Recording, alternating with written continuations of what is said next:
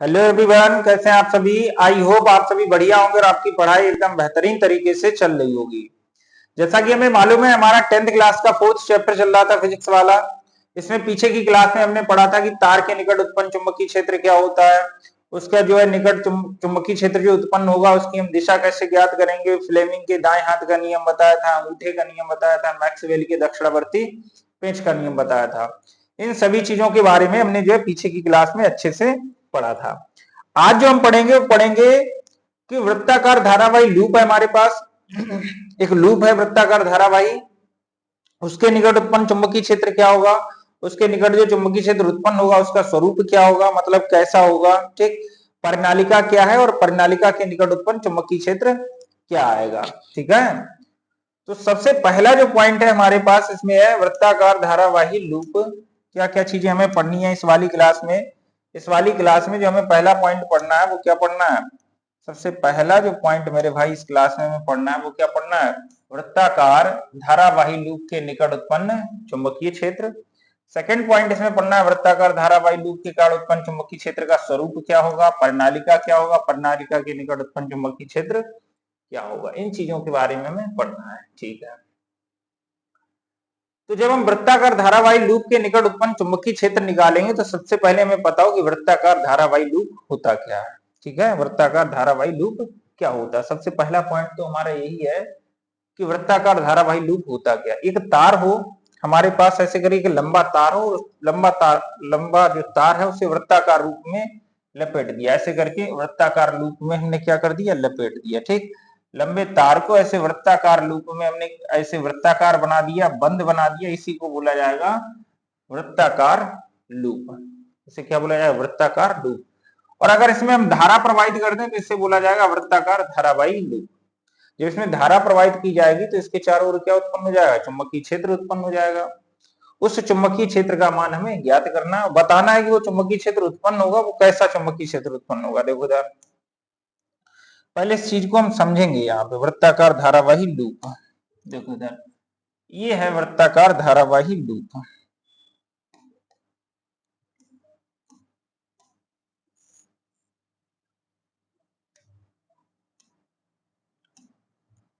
ये हमारे पास वृत्ताकार धारावाही लूप। ठीक, और इस वृत्ताकार धारावाही लूप में यानी इस वृत्ताकार लूप में धारा हमने मान लिया प्रवाहित हो रही है आई। इसमें जो धारा प्रवाहित हो रही है वो कितनी धारा प्रवाहित हो रही है, आई धारा प्रवाहित हो रही है। और इसकी त्रिज्या हम मान लेंगे आर। इसकी त्रिज्या हमने कितनी मान ली कि इसकी जो त्रिज्या आर है और इसमें कितनी धारा प्रवाहित हो रही है, आई। तो जब इसमें धारा प्रवाहित होगी तो इसमें क्या उत्पन्न हो जाएगा, चुंबकीय क्षेत्र उत्पन्न हो जाएगा। तो इसमें हमसे ये पूछा जाता है कि इसके केंद्र, ये हमने मान लिया इसका केंद्र O है, इसके केंद्र पर कितना चुंबकीय क्षेत्र उत्पन्न होगा। तो इसमें एक पॉइंट याद रखना है कि जो चुंबकीय क्षेत्र होता है वो हम बी से प्रश्न करते हैं, मालूम है। तो इसके अंदर जो केंद्र O पर जो चुंबकीय क्षेत्र उत्पन्न होगा वो धारा के अनुक्रमानुपाती होगा। यानी कि इसमें अगर हम धारा का मान बढ़ाएंगे चुंबकीय क्षेत्र का मान क्या होगा, उतना ही ज्यादा होगा। धारा का मान अगर कम प्रवाहित हो रहा है तो इसके केंद्र पर उत्पन्न चुंबकीय क्षेत्र क्या होगा, कम होगा। ठीक है, पहली चीज ये है। दूसरी चीज ये है कि जो चुंबकीय क्षेत्र है वो व्युत्क्रमानुपाती होगा इसकी त्रिज्या के। इसके व्युत्क्रमानुपाती क्या होगा, इस धारावाही लूप की त्रिज्या के क्या होगा, व्युत्क्रमानुपाती। व्युत्क्रमानुपाती का मतलब अगर आर का मान अधिक होगा तो बी का मान कैसा आएगा, कम। आर का मान कम होगा तो बी का मान कैसा आएगा, ज्यादा आएगा। ठीक है, तो इन दोनों चीजों को अगर एक साथ लिखेंगे, हमने बताया था पीछे की क्लास में अनुक्रमानुपाती और व्युत्क्रमानुपाती का निशान एक ही रहता है। अनुक्रमानुपाती तब बोलते हैं जब बराबर में लिखी हुई चीज, और व्युत्क्रमानुपाती तब बोलते हैं उसी को जब चीज वो किसमें लिखी हो, अपॉन में लिखी हो। ठीक है, अब अगर इन दोनों को एक साथ में लिखेंगे तो ये निशान लग जाएगा, आई ऊपर है तो ऊपर आई हो जाएगा, नीचे आर हो जाएगा। ये दोनों चीजें जो है हमने एक साथ लिख दी। अनुक्रमानुपाती के निशान हटाएंगे तो v बराबर का निशान आता है, नियतांक आता है, और नियतांक जो आएगा वो कितना आएगा, mu not I, mu naught. यहाँ पे जो नियतांक आएगा अलग अलग नियम में नियतांक अलग अलग आता है। जैसे पीछे वाले में v बराबर जो नियतांक आया था वो आया था म्यू नॉट अपॉन 2 पाई। म्यू नॉट अपॉन क्या आया था, 2 पाई। पीछे वाले में जो आया था वो नियतांक कितना आया था, v बराबर आया था म्यू नॉट अपॉन 2 पाई। यानी कि जब भी अनुक्रमानुपाती के निशान हटाते हैं एक तो बराबर का साइन आएगा, ठीक बराबर का साइन लिख दिया, इसके साथ एक नियतांक आएगा। तो पीछे हमने तार के निकट उत्पन्न चुंबकीय क्षेत्र लिखा था, वहां पे नियतांक आया था म्यू नॉट अपॉन 2 पाई। यहाँ पे जो नियतांक आएगा वो आएगा म्यू नॉट अपॉन 2, वहां पे था म्यू नॉट अपॉन 2 पाई, यहाँ पे आएगा सिर्फ म्यू नॉट अपॉन 2, तो यहाँ पे जाए v बराबर म्यू नॉट अपॉन क्या रहा है 2, तो म्यू नॉट अपॉन 2 लिख दिया इसकी जगह पे। अब यहाँ पे ये ऐसी चीज लिख देंगे आई अपॉन क्या रहा है r, तो तार के निकट उत्पन्न चुंबकीय क्षेत्र क्या होगा v बराबर म्यू नॉट आई अपॉन क्या 2r। एक चीज और यहाँ पे समझ लेंगे, अगर इसमें फेरों की संख्या 1 नहीं है, इसमें फेरों की संख्या 10 है, तो इसमें कितने का गुणा हो जाएगा 10 का हो जाएगा। 50 फेरे है, एक तार है, दूसरा तार है, तीसरा तार है, 50 फेरे हैं, कितने का गुणा हो जाएगा 50। अगर n फेरे हैं तो v बराबर क्या रहा है, v बराबर हो जाएगा mu not an I upon क्या होगा 2r। तो ये चीज याद रखना है कि जो वृत्ताकार धारावाही लूप होता है, यानी वृत्ताकार धारावाही जो लूप होता है, इसके केंद्र पर उत्पन्न चुंबकीय क्षेत्र का जो फार्मूला है वो v बराबर क्या है, v बराबर है mu not an I upon 2r। ठीक है, v बराबर mu not an I upon 2r है। दूसरा पॉइंट इसमें एक और समझने वाला है कि जो चुंबकीय क्षेत्र उत्पन्न होगा इसका स्वरूप क्या है। एक चीज और समझ लो, यहाँ पे b का तो फार्मूला, b का मान है mu not an I upon में क्या है 2r। ठीक है, जो म्यू नॉट है, इस म्यू नॉट को हमने बताया था वायु या निर्वात की चुंबकशीलता, पीछे भी क्लास में बताया वायु या निर्वात की, म्यू नॉट को क्या बोला जाता है, वायु या निर्वात की चुंबकशीलता। इसके बोला जाता है वायु या निर्वात की चुंबकशीलता, और इसका मान कितना होता है 4 pi into 10 to the power minus का 7 न्यूटन एम्पियर स्क्वायर। इसका मान क्या होता है 4 pi into 10 to the power minus 7 newton ampere square, ये होता है। दूसरा चीज ये याद रखना है इसमें कि जो स्वरूप इसका होता है वो स्वरूप कैसा होता है। स्वरूप का मतलब इसके निकट जो चुंबकीय बल रेखाएं होंगी या जो चुंबकीय क्षेत्र होगा उसकी दिशा किधर होगी, या चुंबकीय बल रेखाएं इसके निकट जो है वो कैसे होंगी। देखो स्वरूप क्या होगा, स्वरूप जो इस तार के निकट है, यहाँ पे इस तार के निकट है, जो तार है, तार के निकट जो चुंबकीय बल रेखाएं होंगी वो वृत्ताकार होंगी। तार के निकट जो चुंबकीय बल रेखाएं होंगी वो कैसी होंगी, यहाँ पे जो चुंबकीय क्षेत्र होगा, यहाँ पे जो चुंबकीय क्षेत्र होगा वो कैसा होगा, वृत्ताकार होगा।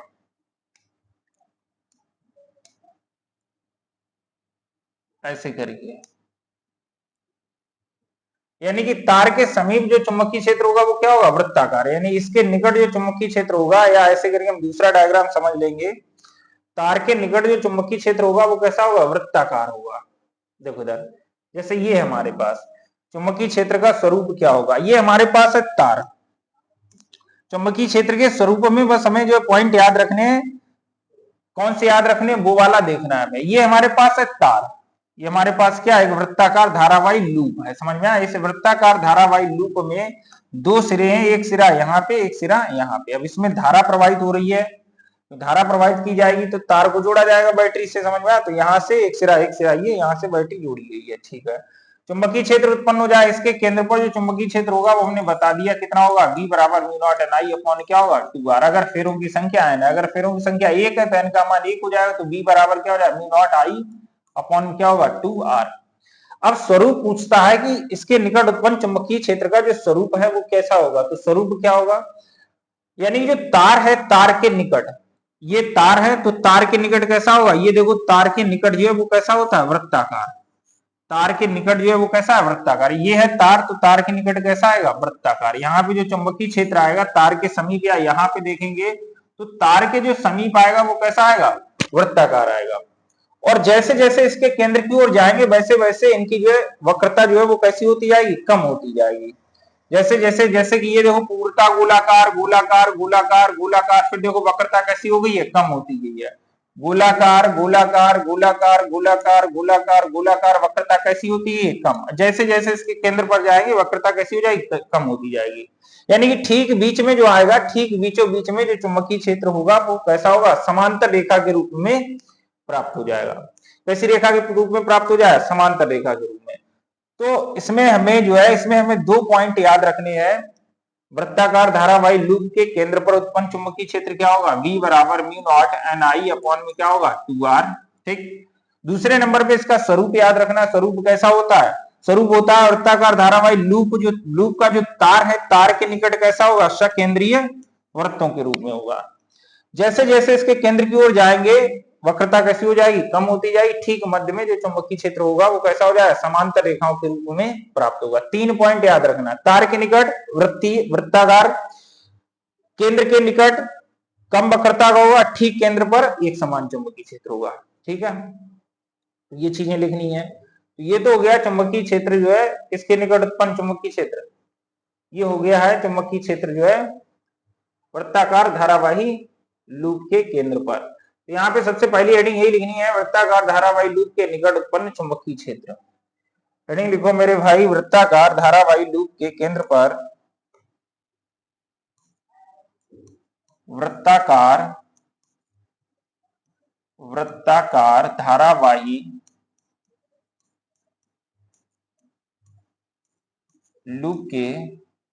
वृत्ताकार धारावाही लूप के केंद्र पर उत्पन्न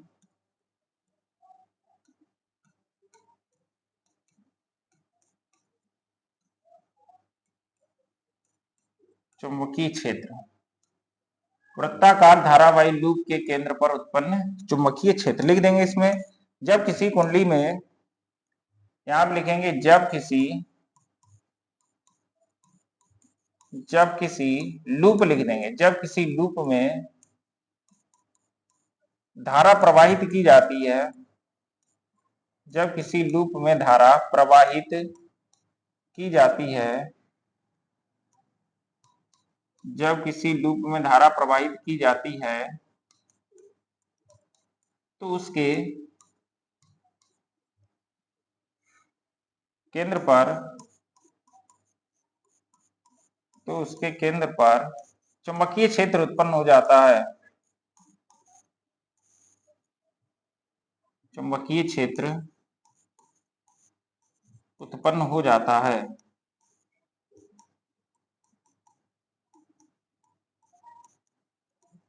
यह चुंबकीय क्षेत्र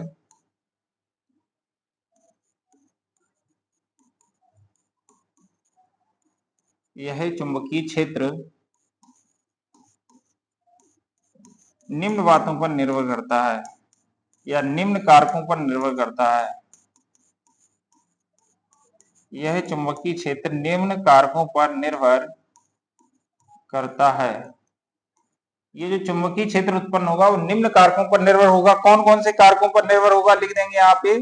धारा के अनुक्रमानुपाती होगा। जितनी धारा ज्यादा करेंगे तो धारा का मान बढ़ाएंगे, चुंबकीय क्षेत्र का मान बढ़ेगा। धारा का मान कम करेंगे, चुंबकीय क्षेत्र का मान क्या होगा, कम होगा। नंबर 1 लिखेंगे, लूप में प्रवाहित धारा के, नंबर 1 पॉइंट लिखेंगे, लूप में प्रवाहित धारा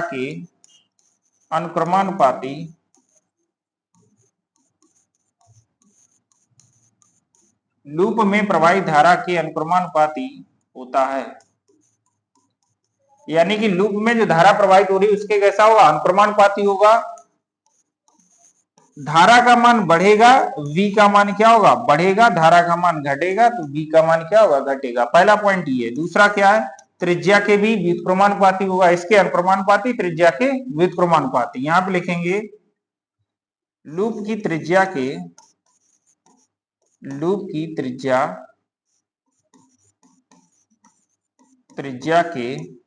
व्युत्क्रमानुपाती होता है। लूप की त्रिज्या के व्युत्क्रमानुपाती होता है। किसके व्युत्क्रमानुपाती होगा, जो लूप की त्रिज्या है उसके व्युत्क्रमानुपाती होगा। इस चीज को भी हम लिख देंगे अर्थात करके। यानी कि जो v है वो व्युत्क्रमानुपाती किसके होगा, r के। इसको क्या लिख देंगे, समीकरण 2। अब यहाँ पे लिखेंगे समीकरण 1 व 2 को एक साथ लिखने पर, यहाँ पे लिख देंगे समीकरण 1 व 2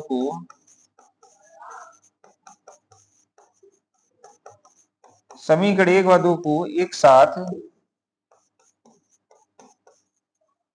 लिखने पर, इन दोनों समीकरणों को अगर हम एक साथ में लिखेंगे तो क्या हो जाएगा, तब हो जाएगा v, ये वाला निशान लग जाएगा। i ऊपर है तो i ऊपर लिख देंगे, r नीचे है तो ये r नीचे लिख देंगे। ठीक। और अभी हमने बताया था पीछे बताया था कि जब भी हम ये निशान हटाते हैं तो कौन सा निशान आता है, ये अनुक्रमानुपाती का निशान हटाएंगे, वो कौन सा निशान आएगा बताओ। अनुक्रमानुपाती का अगर हम निशान हटाएंगे तो हमारे पास जो निशान आएगा वो कौन सा आएगा, वो आएगा बराबर का निशान। कौन सा निशान आएगा, बराबर का। और बराबर का निशान आएगा, एक नियतांक आएगा, वो हमने बताया अलग अलग नियम में अलग अलग आएगा। तो यहाँ पे क्या हो जाएगा, v बराबर कितना हो जाएगा, अनुक्रमानुपाती का निशान हटेगा, बराबर का निशान आएगा, अनुक्रमानुपाती का निशान हटा, बराबर का निशान आएगा। नियतांक आएगा वो आएगा म्यू नॉट अपॉन में होगा 2, कितना आएगा, म्यू नॉट अपॉन 2। बाकी सब चीजें ऐसे लिख देंगे, यहाँ पे आई और यहाँ पे क्या, आर। तो कुंडली के केंद्र पर उत्पन्न जो चुंबकीय क्षेत्र है वो क्या है, mu not I upon 2r। कुंडली के केंद्र पर उत्पन्न चुंबकीय क्षेत्र क्या है, mu not I upon 2r। एक चीज लिख देंगे, यदि कुंडली में फेरों की संख्या, यदि कुंडली में, मान लिया कुंडली में n फेरे हैं, यानी मान लिया हमने कुंडली में 50 फेरे, ये किसके लिए है, एक फेरे के लिए। अगर 50 फेरे हैं, इसमें कितने का गुणा कर देंगे, 50। और n फेरे हैं तो कितने का गुणा कर देंगे, n का। ये लिख देंगे, यदि कुंडली में n फेरे हैं, यदि कुंडली में n फेरे हैं, तब n फेरे हैं तब क्या हो जाएगा, तब v बराबर क्या हो जाएगा, म्यू नॉट n आई और अपॉन क्या हो जाएगा 2r। v बराबर हो जाएगा, v बराबर हो जाएगा म्यू नॉट n आई अपॉन क्या हो जाएगा 2r। पीछे की क्लास में हम लिखा भी चुके हैं कि जो म्यू नॉट है इसे बुलाया जाता है वायु या निर्वात की चुंबकशीलता। अगर लिखना चाहेंगे तो हम इस क्लास में भी लिख देंगे, जहां v नॉट वो, जहां म्यू नॉट को वायु या निर्वात की, वायु या निर्वात की, जहां म्यू नॉट को वायु या निर्वात की चुंबकशीलता कहते हैं, वायु या निर्वात की चुंबकशीलता कहते हैं, जिसका मान, जहां म्यू नॉट को वायु या निर्वात की चुंबकशीलता कहते हैं, जिसका मान कितना होता है 4 पाई इंटू 10⁻⁻⁷ न्यूटन प्रति न्यूटन, वो Newton ampere square, Newton ampere square. इसका जो मान होता है वो कितना होता है 4 pi into 10⁻⁻⁷ Newton ampere square. समझ में आया कि नहीं आया, नोट करो फटाफट।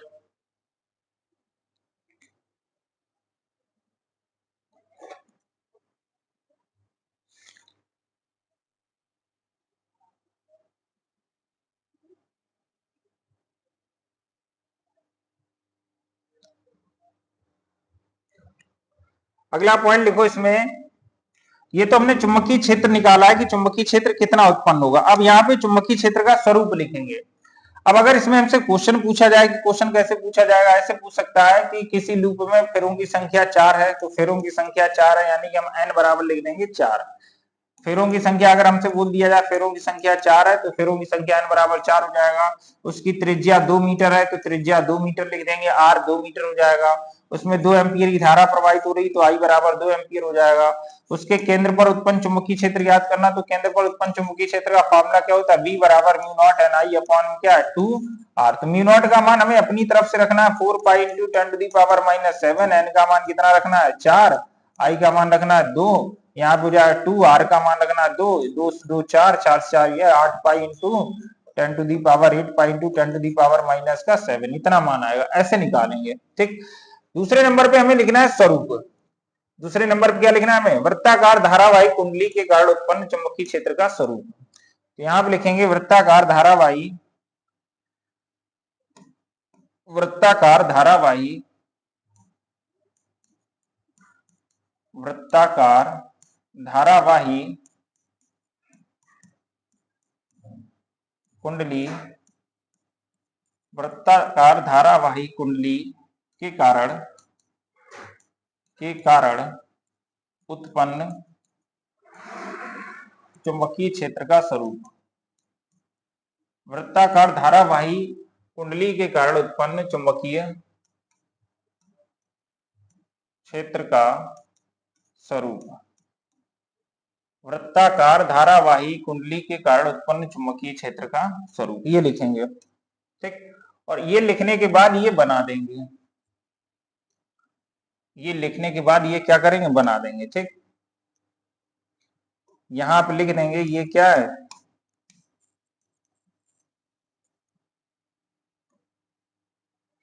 ये लिख देना, ये है चुंबकीय वलरेखा, ये है चुंबकीय वलरेखा, ये वृत्ताकार धारावाही लूप। अगर यहां से लिखेंगे, हिंदी में लिख देंगे हम लोग,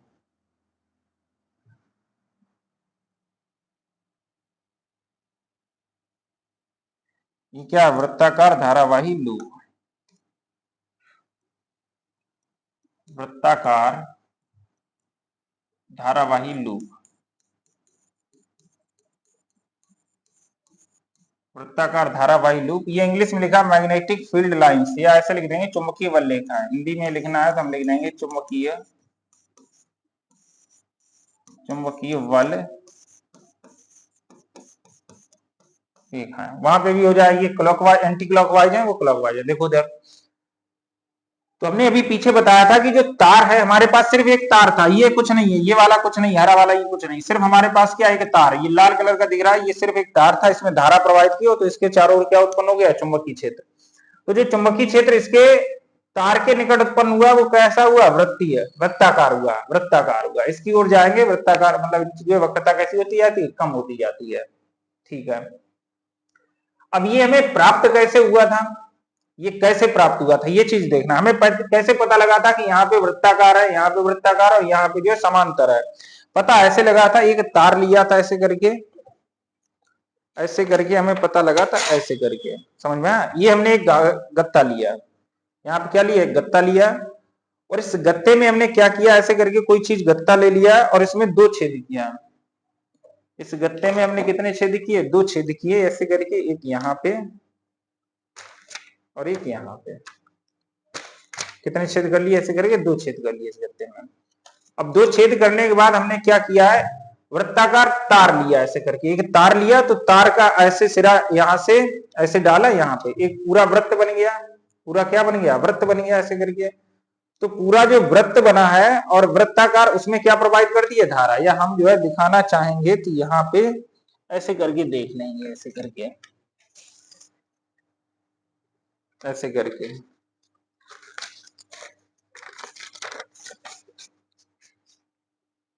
कुंडली टाइप का बन जाएगा ये।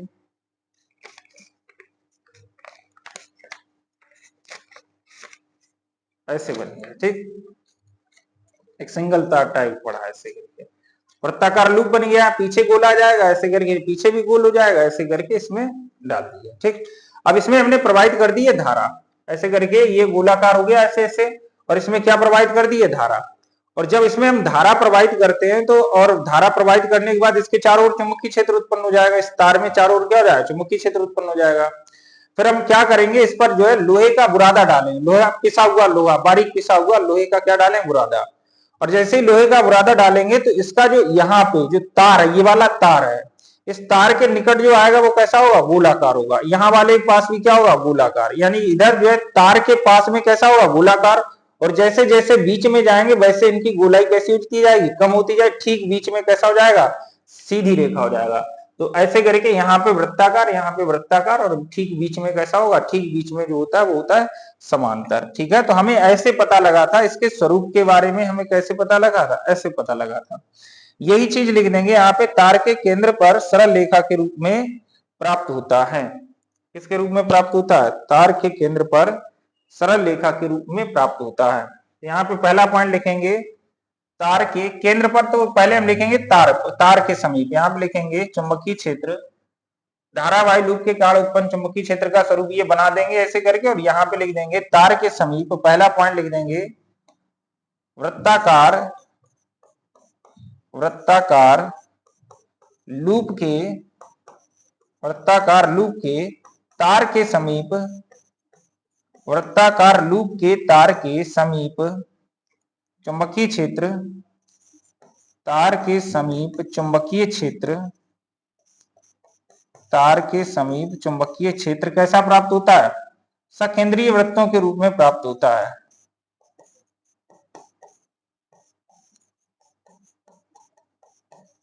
वृत्तों के रूप में प्राप्त होता है। किसके रूप में प्राप्त होता है, सकेंद्रीय वृत्तों के रूप में प्राप्त होता है। दूसरा लिख देंगे यहाँ पे, केंद्र के निकट, यहाँ पे लिखेंगे वृत्ताकार लूप के केंद्र के निकट, वृत्ताकार लूप के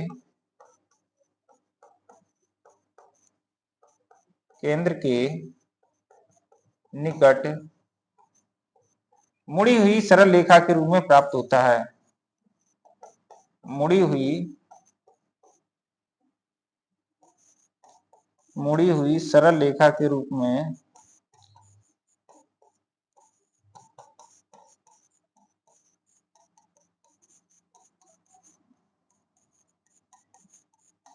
किसके रूप में प्राप्त होता है? मुड़ी हुई सरल रेखा। पूरी सीधी रेखा नहीं है, ये सीधी रेखा पूरी नहीं है, यहाँ पे तो वृत्ताकार है, लेकिन केंद्र के समीप, केंद्र पर नहीं, केंद्र के समीप मुड़ी हुई सरल रेखा। ये देखो सरल रेखा लगभग कैसी है? मुड़ी हुई है, ठीक है। तो मुड़ी हुई सरल रेखा के रूप में प्राप्त होता है। एक और लिख देंगे, केंद्र पर चुंबकीय क्षेत्र, केंद्र पर चुंबकीय क्षेत्र सरल रेखा के रूप में प्राप्त होता है। वृत्ताकार लूप के केंद्र पर, वृत्ताकार लूप के केंद्र पर कैसा प्राप्त होगा? सरल रेखा के रूप में प्राप्त होता है। वृत्ताकार लूप के केंद्र पर चुंबकीय क्षेत्र, वृत्ताकार लूप के केंद्र पर चुंबकीय क्षेत्र सरल रेखा के रूप में प्राप्त होता है।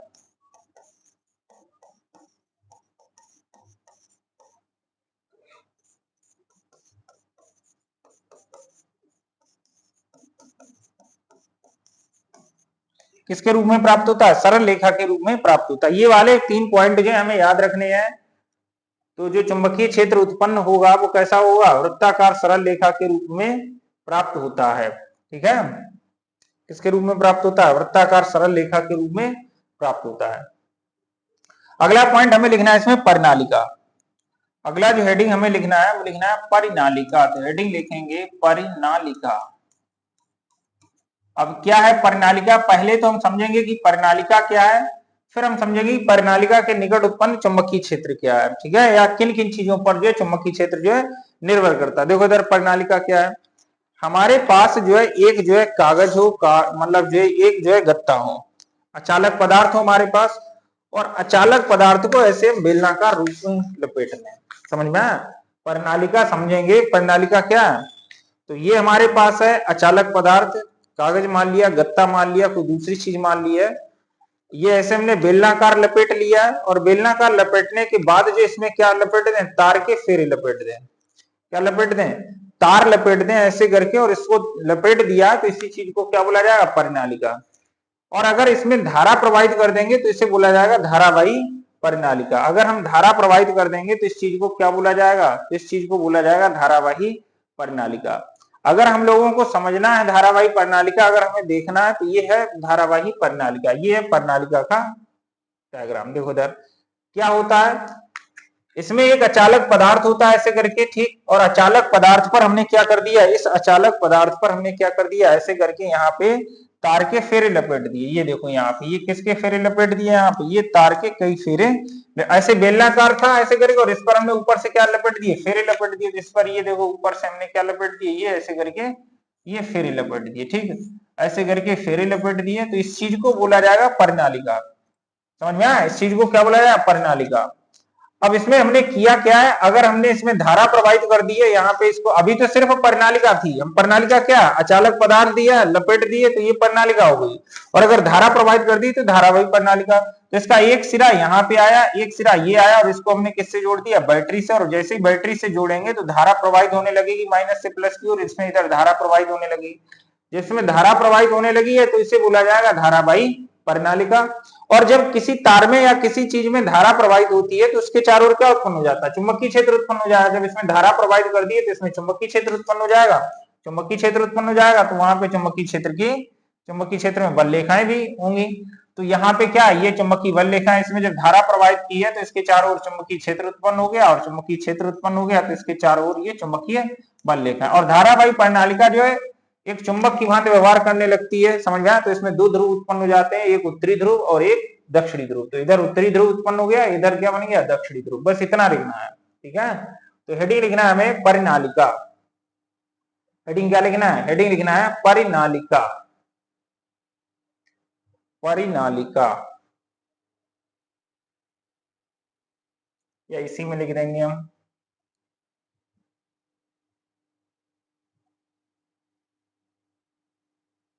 यहां पे कर लें इसको परिनालिका।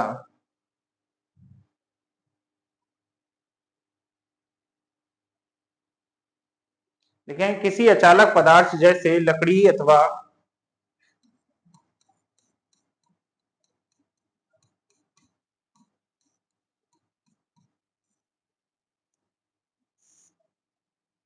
किसी अचालक पदार्थ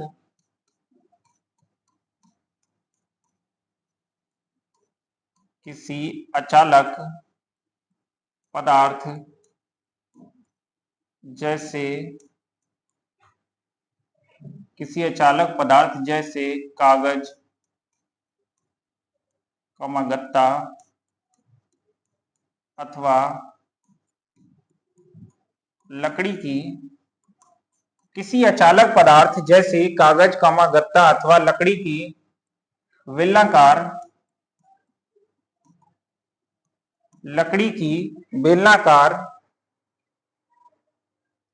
नलिका के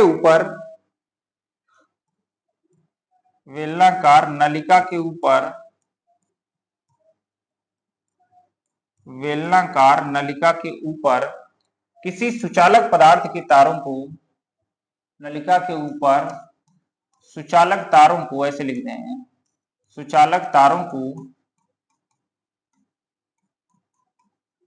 कई फेरों के रूप में, सुचालक तारों को कई फेरों के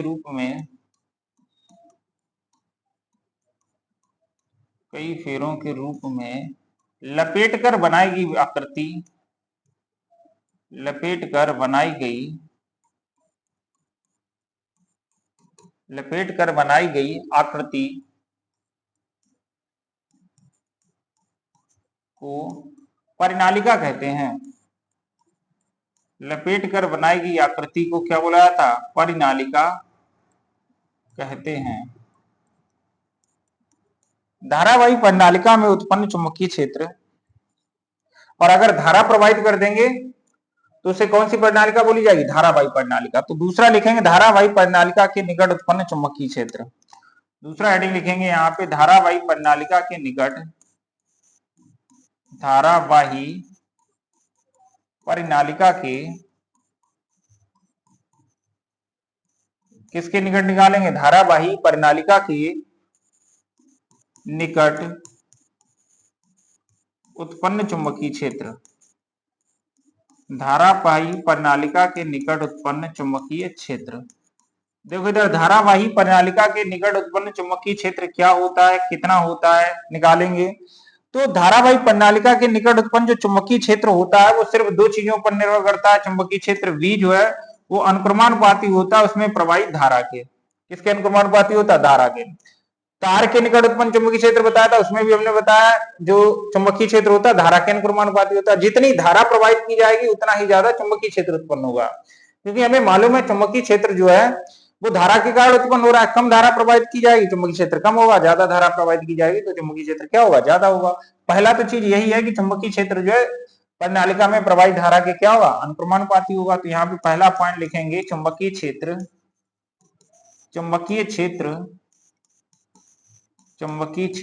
परिनालिका में प्रवाहित, चुंबकीय क्षेत्र परिनालिका में प्रवाहित धारा के चुंबकीय क्षेत्र परिनालिका में प्रवाहित धारा के अनुक्रमानुपाती होता है, अनुक्रमानुपाती होता है। अर्थात करके लिख देंगे, अर्थात यहां लिख देंगे, अर्थात V जो है वो अनुक्रमानुपाती किसके होगा? I के। इसको लिख देंगे समीकरण 1। दूसरा लिखेंगे चुंबकीय क्षेत्र एकांक लंबाई में फेरों की संख्या के अनुक्रमानुपाती। यहां पे लिख देंगे चुंबकीय क्षेत्र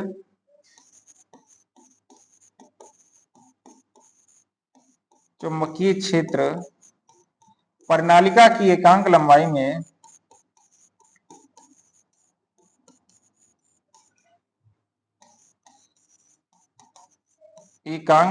में चुंबकीय क्षेत्र परिनालिका की एकांक लंबाई में फेरों की संख्या के परिनालिका की एकांक लंबाई में फेरों की संख्या के अनुक्रमानुपाती होता है।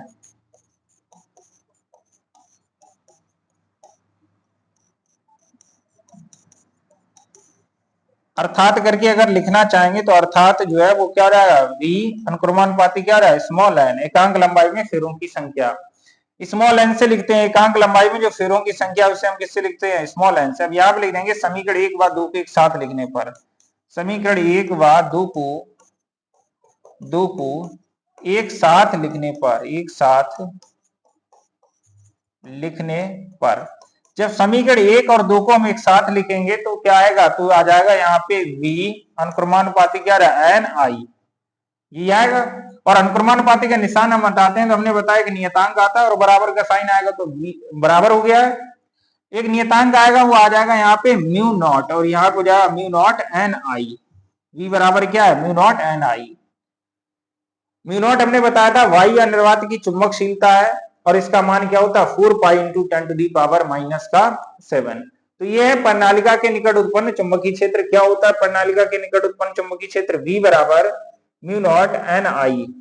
क्या होता है v बराबर म्यू नॉट एन आई, जहां n जो है एकांक लंबाई में फेरों की संख्या है, आई प्रणालिका में प्रवाहित धारा है, और जो है म्यू नॉट जो है एक नियतांक है जिसे बुलाया जाता है वायु या निर्वात की चुंबकशीलता, जिसका मान क्या होता है 4 pi into 10 to the power -7। ठीक है। एक चीज और इसमें याद रखना है, यहाँ पे एक शब्द यूज हुआ है एकांक लंबाई में फेरों की संख्या। किसमें फेरों की संख्या, एकांक लंबाई में, हमने लिखा है एकांक लंबाई में फेरों की संख्या। एकांक लंबाई में फेरों की संख्या हम लिखते हैं स्मॉल एन से, और फेरों की कुल संख्या किससे, टोटल लंबाई में, टोटल लंबाई में फेरों की संख्या लिखते हैं स्मॉल एन, वो कैपिटल एन। तो यहाँ पे एक चीज होता है कि जो स्मॉल एन है वो क्या, एकांक लंबाई में फेरों की संख्या, और कैपिटल एन जो है वो टोटल लंबाई में फेरों की संख्या। एकांक लंबाई का मतलब है अगर उसकी लंबाई हम एक मान लें, एकांक का मतलब क्या, उसकी लंबाई अगर हम एक मान लें तो उसमें फेरों की संख्या कितनी है, एन है। लंबाई 2 मान लेंगे तो अलग होगी, 3 मान लेंगे तो क्या होगी, अलग होगी। तो अगर एकांक लंबाई की बात करें तो एकांक लंबाई में फेरों की संख्या क्या है, स्मॉल एन। यहाँ पे लिख देंगे जो स्मॉल एन होता है वो स्मॉल एन होता है कैपिटल एन अपॉन एल। तो ये वाली चीज यहाँ पे अगर लिख देंगे तो v बराबर हो जाएगा mu not an I upon क्या होगा एल। तो ये वाला भी याद रखना है फॉर्मूला, v बराबर, अगर हमसे क्वेश्चन बोला जाए एकांक लंबाई में फेरों की संख्या तो वो मान है स्मॉल एन का, और अगर हमसे बोला जाए कि 10 मीटर लंबाई में फेरों की संख्या तो वो है कैपिटल एन का। ठीक है। आज हमारी क्लास यहीं तक रहेगी, बाकी जो है हम कल कराएंगे, अगली क्लास में हमें जो है बाकी चीजें कल देखेंगे, आज यहीं तक रखें। ठीक है।